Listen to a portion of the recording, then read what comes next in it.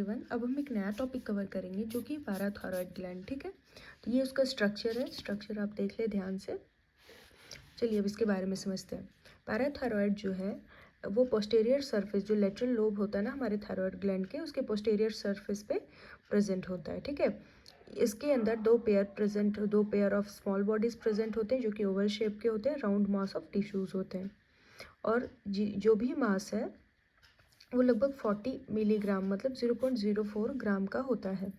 और एक सुपीरियर होता है, एक इन्फीरियर पैराथायरॉयड कहते हैं। ठीक है, जो जाकर के थायरॉयड लोब के लेटरल थायरॉयड लोब से जाकर अटैच होता है, जो कि टोटल 4 प्रेजेंट होता है। माइक्रोस्कोपिकली हम बात करें तो पैराथायरॉयड ग्लैंड जो है उसमें दो kind of epithelial cells present हैं। पहला है चीफ और प्रिंसिपल सेल। तो ये सेल जो है स्मॉल होता है साइज में और साइटोप्लाज्म में क्लियर विजिबल होता है और इसमें जो है कोई ग्रैन्यूल्स प्रेजेंट नहीं होता है, पर इसमें न्यूक्लियस प्रेजेंट होगा। न्यूक्लियस जो है वो लार्ज वेस्कुलर शेप में होगा और ये कॉन्स्टिट्यूट करता है मेजॉरिटी ऑफ सेल पॉपुलेशन। ठीक है, और सस्टेन होता है ये, मतलब ये परसिस्ट करता है through out the life. Occasionally जो है ये सेल्स जो है बिकम धीरे धीरे इनलार्ज हो जाते हैं। साइटोप्लाज्म जो है ना वो वास्कुलेट हो जाता है इस कंडीशन में। चिफ सेल्स को हम लोग वाटर क्लियर सेल्स भी कहते हैं और ये प्रोड्यूस करता है पैराथायरॉयड हार्मोन, जिसको हम लोग पैराथा हार्मोन भी कहते हैं। जैसे पहला है ऑक्सीफिल। ठीक है, in contrast to chief cells oxyphil cells. Oxyphil एक सेल है, ठीक है, जो थायराइड के ही एक पार्ट है। ऑक्सीफिल सेल जो है वो लार्ज होता है साइज में और लेकिन इसका अमाउंट कम होता है, पुअर होता है नंबर में। ये पॉलीहेड्रल शेप का होता है। ठीक है, जो कि साइटोप्लाज्म जो है वो ग्रैन्युलर होगा।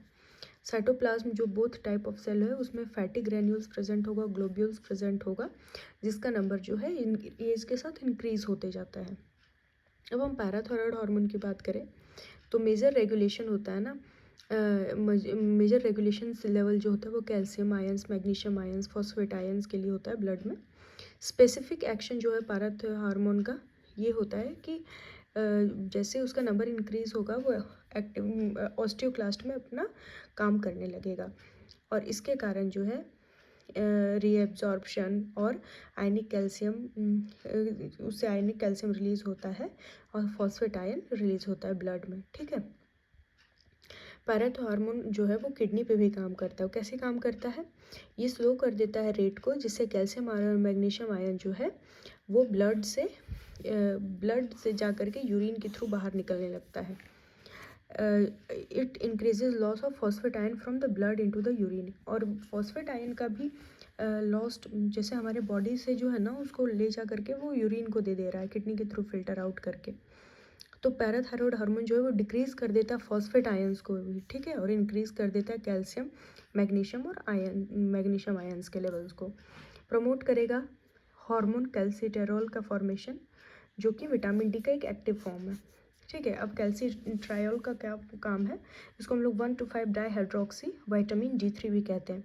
ये इंक्रीज करता है rate of calcium ion, phosphate ion और मैग्नीशियम आयन के एब्जॉर्प्शन को। कहाँ से, तो हमारा GI ट्रैक्ट से। ठीक है, ब्लड में। इसका कंट्रोल क्या है सेक्रेशन पे, तो ब्लड कैल्शियम लेवल को डायरेक्टली कंट्रोल करता है। सेक्रेशन ऑफ बोल कैल्सिटोनिन और पैराथायरॉयड हार्मोन, जो कि नेगेटिव फीडबैक लूप के थ्रू काम करता है। मतलब ये लूप जो है ना वो पिट्यूटरी ग्लैंड में जाकर इन्वॉल्व नहीं होता। Higher than normal cell calcium ions in the blood stimulate parafollicular cell. अब अगर कैल्शियम आयन बढ़ जाएगा, जैसे हमने पहले पढ़ा ना कैल्शियम का अमाउंट बढ़ा देता है, तो वहाँ पे पैराफॉलिकुलर सेल्स जो है वो ज़्यादा कैल्सिटोनिन को रिलीज करने लगेगा और लोअर मतलब कैल्शियम आयन का lower than normal level of calcium ions in the blood stimulate chief cell, और उसके कारण वहाँ पे चीफ सेल को स्टिमुलेशन हो जाएगा और वो रिलीज़ करेगा पैराथायरॉयड हार्मोन।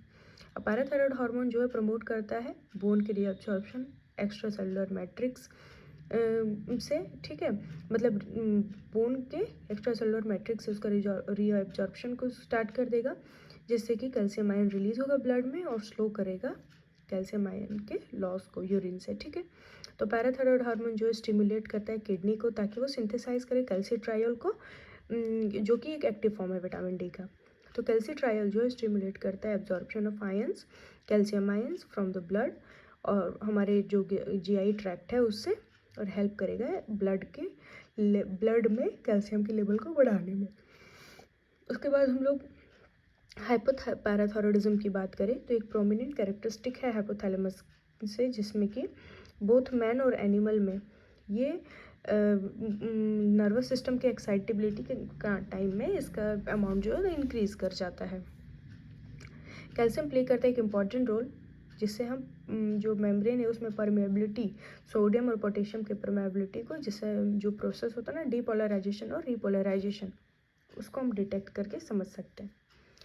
उसके बाद है एक अनकॉमन कंडीशन होता है जिसमें बॉडी प्रोड्यूस करता है लो PTH। तो पैराथायरॉयड हार्मोन जो है वो की रेगुलेटिंग है और maintaining balance of 2 mineral in the body. तो पहला है लो PTH मतलब लो कैल्शियम लेवल, और मोर PTH इन ब्लड, तो उसको हम लोग हाइपर फॉस्फोथैमिया कहेंगे।